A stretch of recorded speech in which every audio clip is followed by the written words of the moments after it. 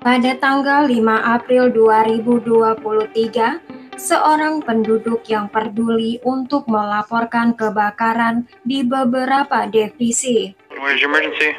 There's a fire in our subdivision, but it may just be been burning brush because they're building houses. We're in the Harris subdivision in Robinson. Okay, I can get someone headed out that way to check on it.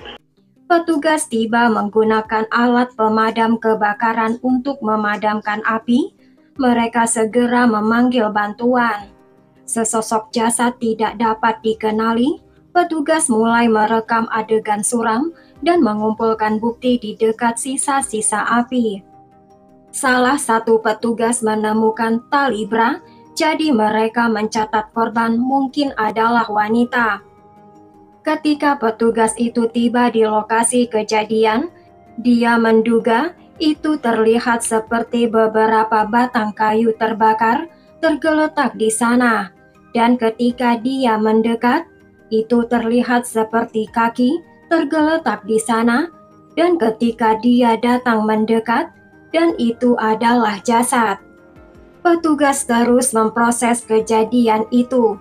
Dan ketika mereka mendapat tamu tidak terduga, seekor anjing labradoodle putih yang jelas-jelas putus asa menggonggong dan mondar-mandir di dekat lokasi petugas. Petugas melanjutkan tugasnya, tetapi anjing itu gigih seolah-olah menuntut petugas ke sana. What's up, puppy? Petugas itu memanggil anjing itu. Petugas menduga anjing itu adalah milik korban. Petugas ingin tahu apa di kantor polisi ada orang yang dapat membawakan pemeriksa chip anjing. Petugas polisi menduga apakah anjing itu mencoba melindungi sesuatu atau mencoba menuntun polisi ke sana. Anjing itu seperti ketakutan. Pada jam 10:36 malam, petugas mencoba untuk memadamkan api dengan alat pemadam api.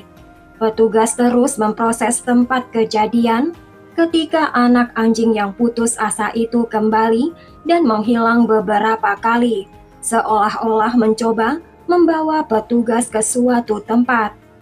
Setelah upaya penangkapan anjing itu gagal, petugas fokus pada tempat kejadian, dan anjing itu akhirnya menghilang di lapangan.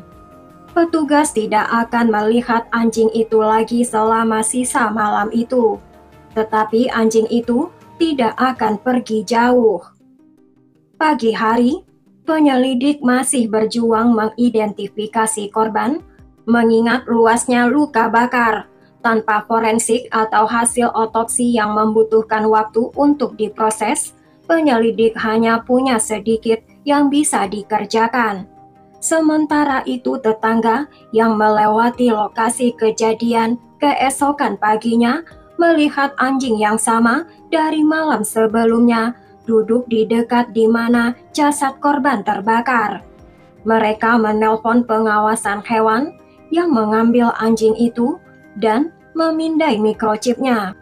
Mikrochip anjing itu mengungkap bahwa anjing itu bernama Titan, milik seorang wanita berusia 26 tahun yang tinggal sekitar lebih dari 200 km di San Marcos, Texas. Nama wanita itu adalah Mandy Rose Reynolds. Mandy lahir tahun 1996 di Idaho. Mandy tumbuh di dalam komunitas kecil yang erat. Ibunya Carling Hardy menggambarkannya sebagai orang yang baik hati, bertekad keras, dan seseorang yang mencintai binatang, terutama anjingnya yang setia, Titan. Mandy juga dikenal karena kasih sayangnya dan kemauannya membantu orang lain. Mandy baru-baru ini pindah ke kota San Marcos, Texas, supaya dekat dengan teman baiknya yang bekerja sebagai manajer properti di sebuah kompleks apartemen di daerah. Mandy juga terus menunjukkan kebaikannya untuk membantu orang lain. Bahkan dia mengizinkan sepupunya yang sedang berjuang untuk tinggal bersama Mandy untuk sementara waktu. Mandy juga mempertimbangkan untuk mulai kuliah, dan dia dipercaya memelihara seekor anjing labradoodle. Begitu Badan Pengawasan Hewan mengidentifikasi pemilik Titan, mereka meneruskan informasi itu ke polisi kota Robinson. Mandy dan Titan tinggal begitu jauh dari lokasi kebakaran. Polisi semakin yakin bahwa anjing itu entah bagaimana terhubung dengan jasad yang terbakar itu. Polisi menelpon nomor telepon yang terdaftar untuk Mandy. Mandy tidak menjawab. Jadi polisi meninggalkan pesan. Tidak lama kemudian, dia menelpon polisi kembali. Robinson Police. Yes, hi, my name's Mandy Reynolds, and I got a message that you guys found my dog. Oh, perfect. Let me put you on just a brief hold here. Give me one moment, and I'll get you with the person that can help you. Awesome, thank you. You're welcome. This is Detective Perry. Hi, I just got a message saying you guys found my dog. We believe so. So, what is your dog?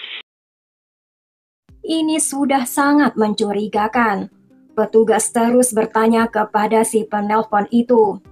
Polisi bertanya, di mana anjing itu seharusnya berada? Si penelpon menjawab, ketika dia dalam perjalanan ke kota Wichita, Kansas, dan dia tinggal di kota San Marcos, dan Titan melarikan diri. Anjing itu melarikan diri di kota Waco. Ketika petugas bertanya lagi, siapa nama si penelpon itu? Dan si penelpon yang bersuara laki-laki itu menjawab bahwa dia bernama Mandy. Polisi bertanya, di mana chip anjing itu terdaftar? Si penelpon itu menjawab bahwa dia percaya chip itu terdaftar di kota Tennessee. Itulah mengapa mereka menamai anjing itu Titan.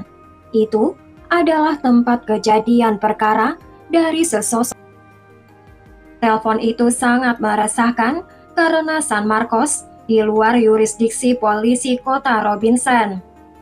Kepolisian Robinson meminta kepolisian kota San Marcos memeriksa kesejahteraan pada Mandy. Ketika polisi tiba di apartemen Mandy, apartemen itu kosong, semua barang milik Mandy hilang, termasuk mobil Honda Accord hitamnya, seperti ada sesuatu yang aneh. Adanya telepon dari seseorang yang mengaku bernama Mandy membuat skenario itu mengkhawatirkan polisi. Polisi memeriksa database plat nomor mobil itu dan menemukan bahwa mobil itu telah terlihat di kota Wichita, Kansas yang berjarak hampir 800 km jauhnya. Polisi Robinson meminta polisi Wichita untuk mencari mobil Mandy dan itu tidak butuh waktu lama. Pada tanggal 8 April, hanya 3 hari setelah jasad Mandy ditemukan terbakar di dalam wadah. Kemudian polisi Wichita melihat mobilnya. Polisi mencoba menghentikan mobil itu, tetapi pengemudi mobil itu melarikan diri dan meninggalkan polisi. Dalam pengejaran berkecepatan sangat tinggi dan berkelok-kelok, pengejaran berakhir di toko serba ada, di mana pengemudi menabrak dan melarikan diri masuk ke dalam toko. Kemudian pengemudi berlari ke dalam toko, pembeli toko melarikan diri darinya, dan petugas mencoba membantu pembeli itu. Petugas mengamankan area tersebut dan fokus menemukan si pengemudi. Polisi masuk ke dalam toko dan mencari tersangka. Polisi menemukan tersangka dalam 2 menit dan mengarahkan polisi lain ke lokasi tersebut.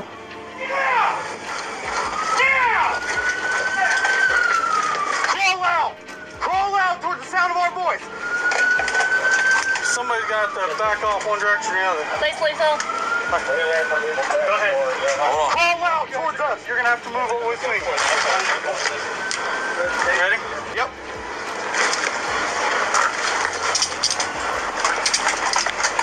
Pull them out. Still give us that.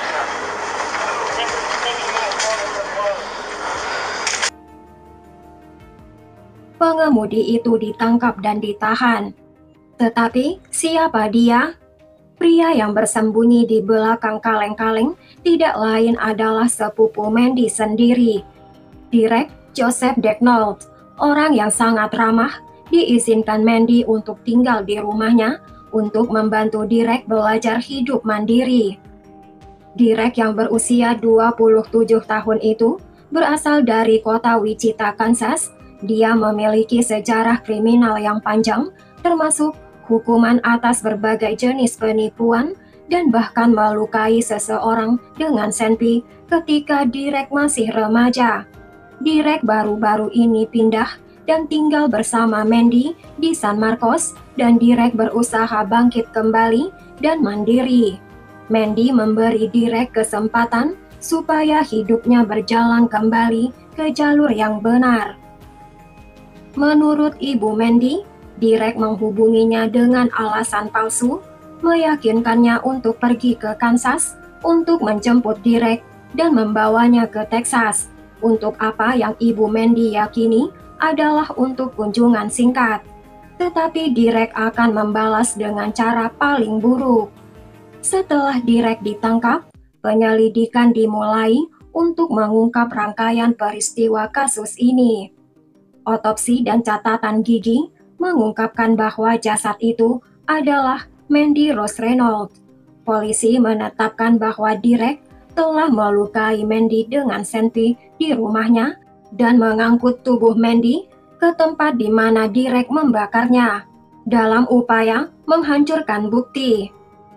Rekaman CCTV dari toko Walmart setempat sehari sebelum Mandy menghilang menunjukkan Direk dengan tenang membeli kaleng bahan bakar, sekop, dan wadah plastik besar yang cocok dengan yang digunakan untuk membakar Mandy. Rekaman pengawasan dari tempat parkir menunjukkan Direk yang sedang mengemudi mobil Mandy dengan sangat terlihat di kursi penumpang, kepala yang muncul keluar dari jendela. Polisi menemukan bukti di mobil Direk serta tempat sampah plastik, termasuk selongsong peluru dan senpi yang digunakan untuk menghabisi Mandy. Dan untuk beberapa alasan, ketika Direk berada di lokasi tempat dia membakar Mandy, Direk telah meninggalkan Titan. Tidak diketahui apakah Direk meninggalkan Titan dengan sengaja atau tidak sengaja. Dalam upayanya untuk memelihara Titan adalah alasan mengapa Direk menyamar sebagai Mandy di telepon. Direk membawa Titan dalam perjalanannya ke toko Walmart, menunjukkan keinginan Direk untuk bisa memelihara Titan sebagai miliknya sendiri. Tetapi Titan menunjukkan kesetiaannya dari sisi labradornya dan kecerdasannya dari sisi pudelnya.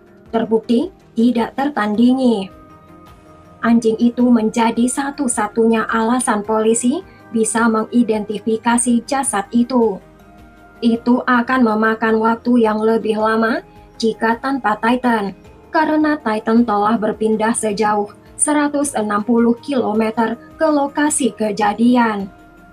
Motif pasti Direk masih belum diketahui, tetapi dengan banyak barang Mandy, termasuk mobilnya hilang, banyak yang berspekulasi pencurian adalah motifnya.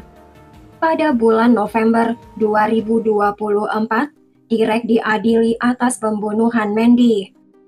Jaksa memberikan bukti kuat, termasuk rekaman CCTV toko Walmart, bukti forensik yang menghubungkannya dengan kejahatan, dan kesaksian tentang kejahatan Direk sebelumnya. Juri berunding selama kurang dari 30 menit sebelum juri memutuskan Direk bersalah dan Direk dijatuhi hukuman penjara seumur hidup tanpa pembebasan bersyarat. Hal ini karena Titan yang membantu mengidentifikasi korban. Titan tanpa sadar membantu membawa korban ke pengadilan. Setelah vonis, kedua sisi keluarga mulai berdebat di ruang sidang dengan para pendukung dari pihak yang berlawanan. Kakak ipar Direk mencoba memukul seseorang dan dia dikeluarkan dari ruang sidang dengan tangan diborgol, tetapi dia dibebaskan kemudian. Sahabat baik Mandy yang pindah untuk tinggal lebih dekat mengadopsi Titan. Keduanya sahabat Mandy dan Titan sekarang saling memiliki satu sama lain. Titan juga menghadiri persidangan yang menyiratkan ikatan antara Titan dan Mandy. Direk menjalani hukuman penjara di fasilitas pemasyarakatan kota Texas. Tidak ada laporan banding atau perkembangan signifikan kasus ini. Bagaimana pendapat kalian tentang kasus ini? Tuliskan pendapat kalian di kolom komentar ya guys. Buang jauh-jauh cerita kekerasan yang ada di dalamnya dan selalu berhati-hati ya guys. Berikan subscribe, like, dan tekan juga loncengnya. Bantu channel ini untuk berkembang. Thank you for watching guys.